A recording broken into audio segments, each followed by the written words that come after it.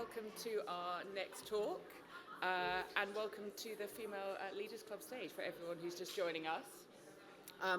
I am really, really excited to introduce an amazing lady called Ruby Raut. She is CEO and co-founder of WUKA, and she is going to talk to us about waking up and kicking ass, which sounds absolutely fantastic. She's going to share a really personal and really extraordinary journey that led her from a small village in the mountains of Nepal to leading a global period care movement. So I hope you'll find it inspiring and interesting, even in the hot weather. In the app also, there's the opportunity to ask questions. So go into the app, ask any questions, and I can read them out if there's anything you want to know. So yeah, welcome, Ruby. Thank you.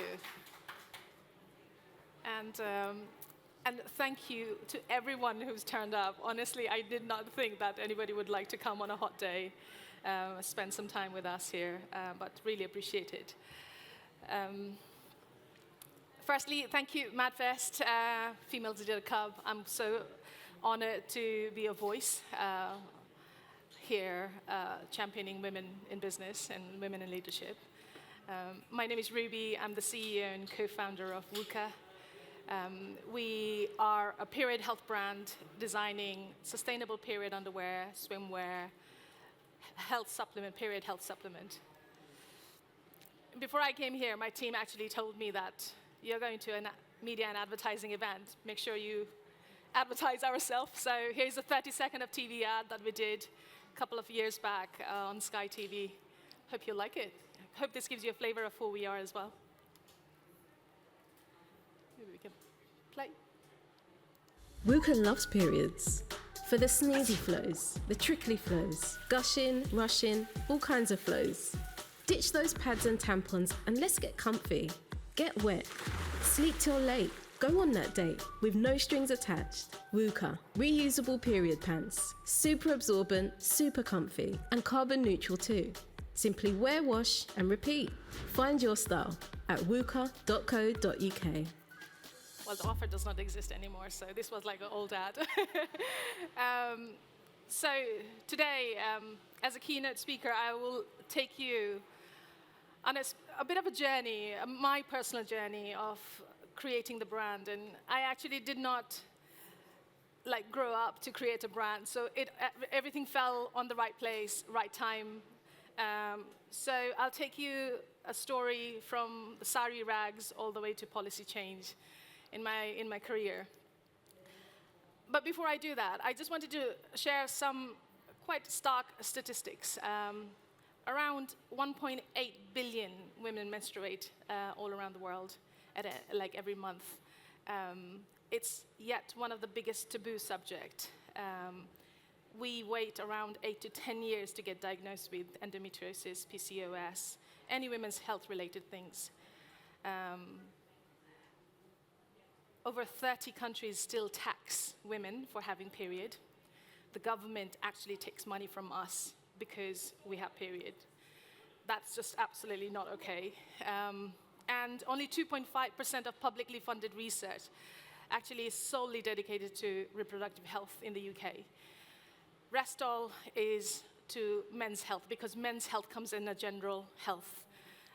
So for a business owner, for any media agency, you can see this as an opportunity. I think there is still so much work that needs to be done, and we can be at the forefront of taking the lead into this.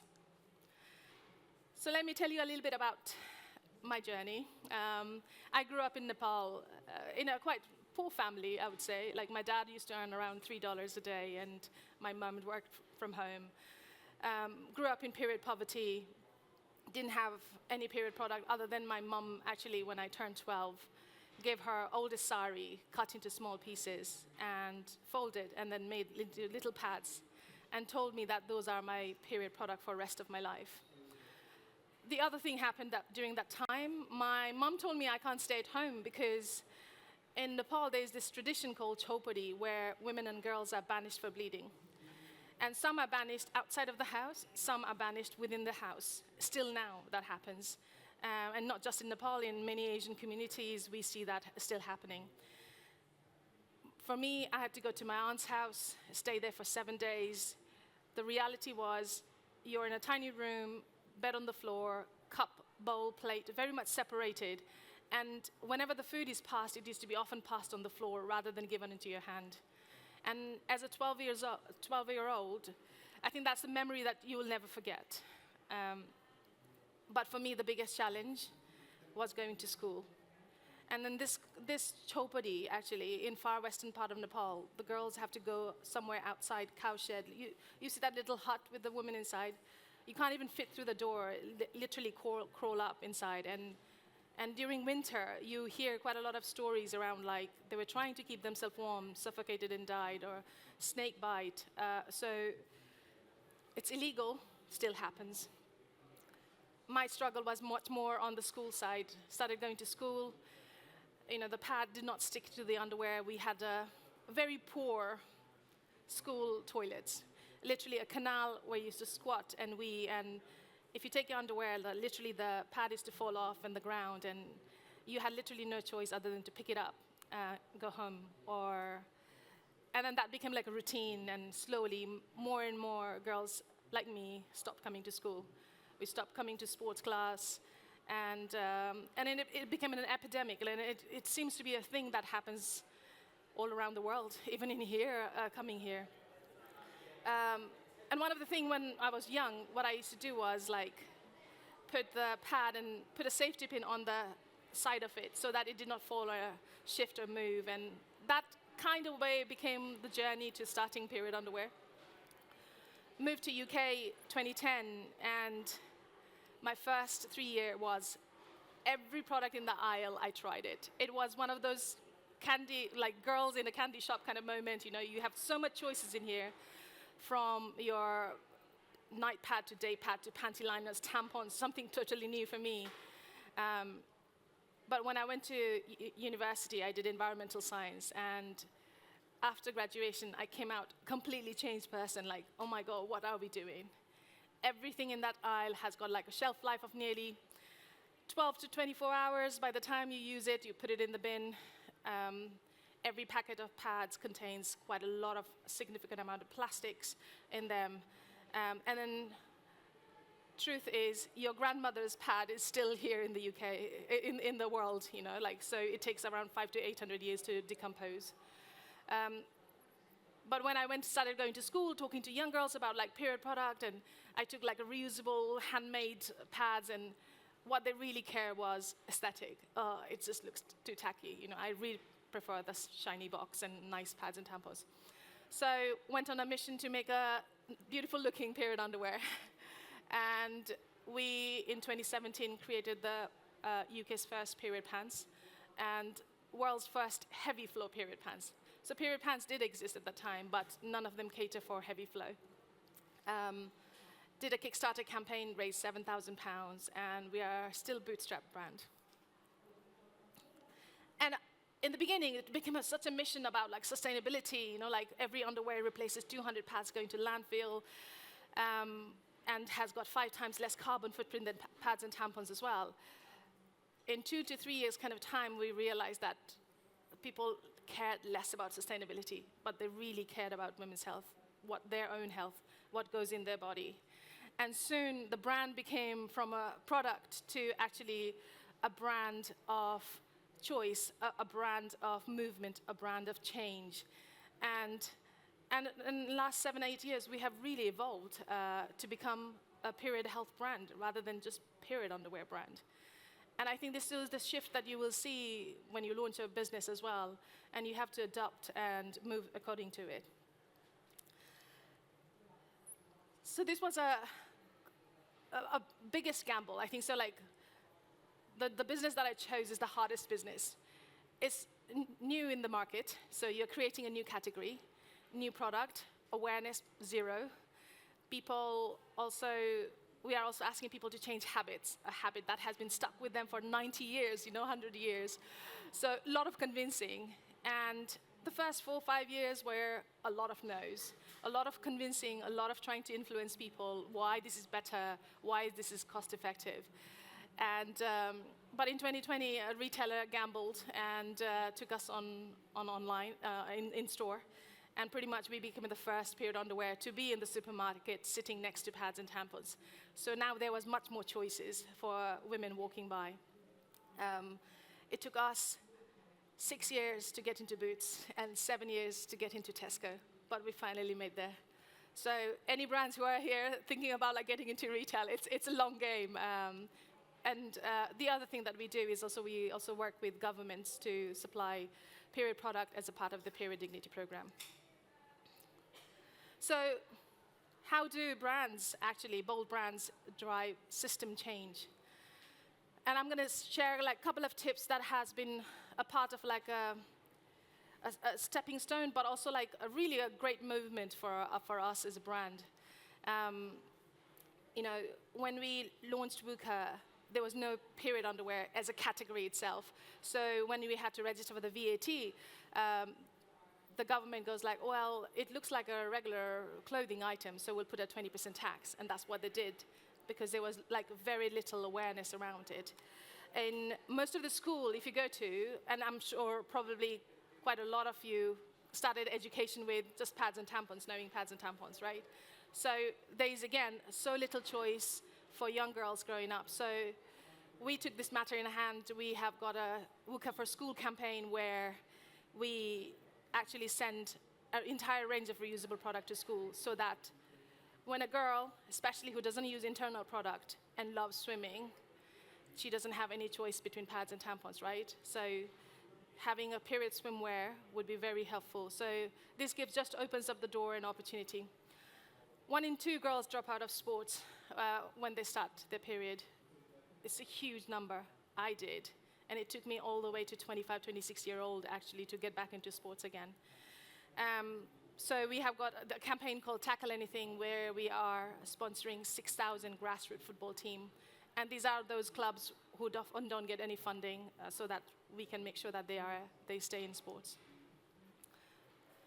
The other thing that we did from the very beginning is building a brand, inclusive design, from the people that we represent. I always wanted me to be seen in any campaigns that we did, you know, like person of color, of diversity, of ethnicity, of ability, those kind of things. So we have to make sure that this is all included, because we serve the 51% of the people.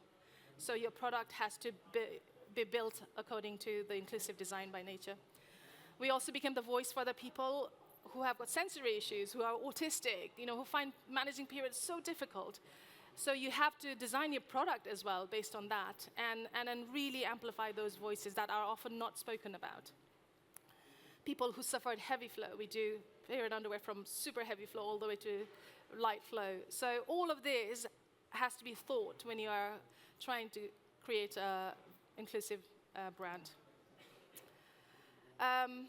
Speak the truth. Sometimes people don't like when you speak the truth. We actually did this campaign with Sky Footprint Fund and won £250,000. So we were like, what should we do with the advertising? So we booked an Airbnb and shot this 30-second video that you saw earlier with the tiniest of the tiniest budget. And we actually started showing blood and clots on the TV ad, and that got 395 complaints. And we actually celebrated that, and we made a campaign out of it. Also taught me that older generation never got taught about periods the way that we are teaching our younger generation about period, right? So I think there is like quite a lot of like systemic bias that has been going on for such a long time, and we need to be the change. Fight the good fight, no matter how hard it gets. I told you about the tax story in the beginning, right? Then I took the purpose of like removing the VAT, or actually making the government acknowledge that period underwear is same as pads and tampons in the same product category. And that was a long battle that it took us 4 petitions, meeting 3 prime minister, along the time 70 MPs and around 63,000 signature. And after 5 years of that, from 2024, there's no VAT on period underwear. So we successfully removed that. However, you know, there's always other things that you can fight for, and then they left something behind, and the government does not think period swimwear is a period product. So we are back on again, fighting the same battle. But I think we are nearly there. Tomorrow, one of our MP is going to visit the Treasury, so hopefully good news comes out of it. For me, as a person, what really matters and what mantra that I live by is like, when you can see it, you can be it. And then this representation really, really matters. I am part of this incredible group called By Women Built. And we run under this philosophy of like, if you fund a woman, that's going to make a systemic change of women and will completely break the cycle. If you spend a pound or a penny into a female-founded business, the likelihood of her being success and scaling and exiting and making money is much higher, and then there's much more likely of that woman to actually go back and reinvest in other female-founded business. So I think all of this starts from us. I think, you know, I'm sure most of you keep on hearing less than 2% of funding actually goes to female-founded business, VC funding. So I think representation is just not enough. We have to actively invest into female-founded business, actively put women in leadership, actively put women in the decision-making room, and then only there'll be like a systemic change of like growing more women in leadership. So this is such a nice thing, like change actually does not happen by accident, it's by design. And as a founder, as a retailer, you have to embrace that change to see that change, and it has to come within. And for our brand to be successful is like we actually live by it. We have got 3 core values. We are bold, we are breakthrough, we are B Corp, and we carry this on everything that we do. So I get somebody from the back. Thank you. So before I go, I just wanted to leave a question for you. If you were to build a world, you know, what world are we building with your decision? What is the decision that you're going to make going back into your workplace, the business that you own, the leadership team that you work with? What is the decision that you're going to make that's going to change the perspective on women's in leadership more than anything else? Have more women in the room of decision making, support more women, fund more women. So that's something to think about. And that's where I finish my presentation. Thank you. You can join me here.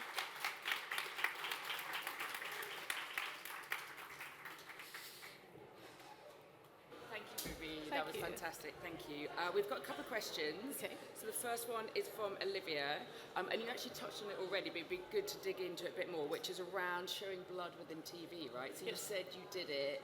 There was a huge kind of reaction. Can you tell us a bit more about kind of that process? Yeah, I think, you know, you rarely get those moments where somebody's funding you to run the TV campaign, and you have to stand out. And we went through quite a lot of iteration on that one, and what makes noise, and sometimes you have to cut through the noise of like so many TV adverts going on. So we took that bold decision of like, we're not just going to show blood, we're going to actually show the clots, because that's reality and that's what happens whenever you're in the shower. And most of the complaints that I got were from people who were in their 60s and 70s. That made me realize that they never grew up seeing blood, right? They only saw blue liquid in the product. So I wouldn't blame them, because that's their perspective. That's how you used to do it. So I think, but going forward, I think younger generation, the more they see the reality, the more they will embrace that fact that and relate that actually I'm going to be that. Amazing. So you'll continue to show it. Absolutely. Amazing. Yeah. Well done. And then another question. So you mentioned you started with no brand awareness. What were the key tactics you used to raise that? Periods are so personal. Periods are very political. You know, like you have to be very cautious when you talk about periods in public. For us, but periods, when they are personal, they often get chatted in like WhatsApp group and group chats and all this kind of thing. So our first point of contact was like person of influence. Like, how can we bring person of influence to talk about periods? And the person of influence is not fashion or anything, but more on women's health. So they advocate already for the women's health. So they'll be the right person to actually advocate for anything related to period as well. So we were quite mindful about choosing the right person of influence. Yeah, to advocate for your brand. Yes. That's really important. Amazing. Any other questions? Great. Thank you so much, thank you very Ruby. much. Thank you so much. Thanks for having me. Everyone.